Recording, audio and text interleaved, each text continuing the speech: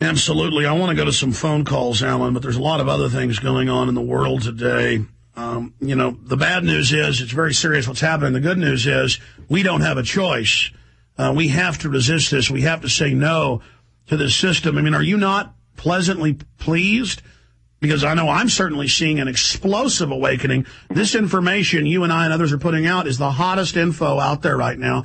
And it's not some fad, it's reality. It's people rediscovering reality and learning they're being bombarded by propaganda at every angle. I mean, I'm optimistic, as dark as things are, because I also know people in the elite structure themselves are becoming upset with what's happening and seeing their plan come to fruition. A lot of them are 2 or 3 generation, and it's alluring to them to want to come over to the light side. It's very lonely for them, and some of them aren't psychopaths. They've been brought along through the system and tried to be, trained and conditioned to enjoy predatory action against their own species. But I see rebellion and resistance in every quarter. Yes, and it will have to increase and escalate as well. And there will be martyrs. There's always martyrs, and you need martyrs as well to get the public on board. And that will grow and grow. And that's what they're terrified of, in fact, is the creation of martyrs. That's the greatest way to get the public turning against the tyrants in all ages. So they're very, very careful at the moment. That's why the feds bomb themselves in Oklahoma City and bomb themselves on 9/11, because they get to become the martyrs. We've got to have men in black uniforms searching you and beating your brains out and tasering you because Al-Qaeda will get you. But suddenly they flipped it and said, there's white Al-Qaeda, there's black Al-Qaeda, and Northcom's for the American people. They're training police, there's terrorists everywhere. It's the troops that are coming home. Yes, and they're also saying that anyone, literally, who is politically incorrect on any topic that they mandate is holy today is therefore also a terrorism. Terrorist has been expanded to include everyone who is against any part of the agenda. I had a top lawyer on just a few weeks ago who was quoted in the L.A. Times, and, this big risk management lawyer out of New York, and he admitted my analysis of Section 802 was accurate in the Patriot Act. He said talking to an officer, just responding or asking a question is an act of terrorism under the Patriot Act and is being used in thousands of cases per state per year. Mm-hmm. Absolutely. And right now, too, that they're passing all these various omnibus bills, and they're 1,000, 2,000, 10,000 pages long. No one reads them. And all of these laws get put into action, and then we're all bewildered where they all came from and why no politician ever debated them.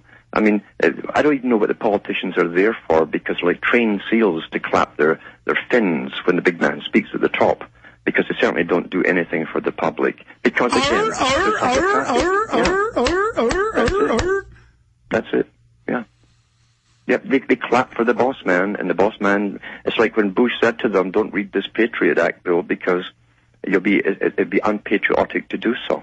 Well, notice Obama said that he was going to stop bills not being read and would pressure Congress to give 5 days for it to be read. Then he was instrumental in the first bailout as a senator, not having it read, saying we have to have it or it'll be a depression on Monday morning. And then when they passed it, it wasn't what they said it was. And then now, last week, with the federalization bill, really called the stimulus package, he said it's got to be passed. No one can read it. They weren't allowed to read it. It passed. And he said, I'm going on vacation for 4 days. I'll sign it later. Talk about gangster. Saying just like, you idiots, you didn't get a chance to read it now. You took my bait. I know. And once again, the public are overruled and everything. There's no input. There's no inquiry. I don't think the machinery to even set up an inquiry is there as to why they keep passing these bills without reading them.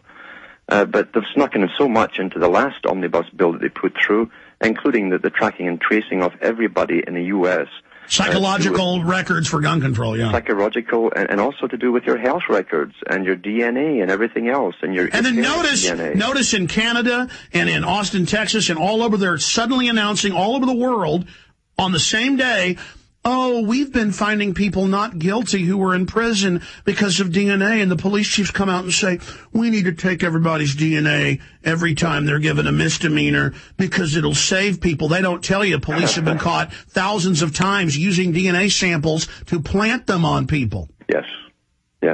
It's the easiest thing to do. Corruption is all... You see, deception is the way that governments have always operated. It's always by deception. There's nothing they will tell you that you can take as truth, unfortunately. That's the way it really is. That's the hard reality of life. It's they're born liars. Hey, why do you think the Austin police chief's trying to cozy up to us while he's pushing all of this? I don't know what his particular bent will be, but I think it might end up like O'Brien when I'm in the prison cell and the door opens and he walks in and I go, "They got you too?" And he goes, "Yeah, they got me a long time ago." That's right. That's right. And they do. These people do belong, unfortunately, to associations, and again, there's all the brotherhood methods, etc. They're all fraternity members, and they do stand up for each other. They do know how to keep secrets because it helps them on their career. So we have a lot of this corruption too. To be, you cannot have a free society when you have fraternities or foundations with their own secret mandates. No, you can't. They always overthrow the society. Let's go to the calls here for Alan Watt, cuttingthematrix.com. Robin in Ohio, you're on the air. Hello? Yes, Robin. Hey, how you doing, Alex? It's nice to talk to you. Hey, you guys are all across the board, and I'm totally with you.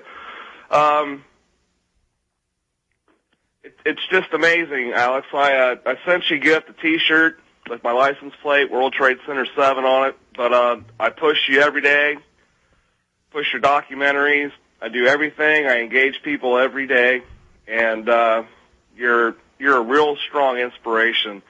But I wanted to share one thing, and I'll get off the horn. Gulf War illness is real. It's a November 18th article from McClatchy. A lot of us already knew about the pyrobromide stigmide tablets that we had to take when we were over in Iraq, but never realized they sprayed us with pesticides. Yeah, that's right. They sprayed a cyanide-based pesticide in the tanks and in the barracks, knowing what it would do. See, the globalists in their own documents, and Alan can speak to this, don't like the military. And so after they're done using you, that they're going to psychologically not let them own guns. That's now being announced, phasing that in. They give the inoculations that are soft kill that are designed to kill the troops within 20 to 25 years. They have them around the DU, which their own admissions say is going to kill anybody that breathes it, just from the particulate size and poison level alone. And so absolutely, they're now admitting they're going to take the pensions of World War II, Korean War, and Vietnam vets. And so trashing the troops. They also blew up the Camisea chemical weapons dump. And, the troops have nerve damage from that. And a bioweapon was released. We're not sure who by who.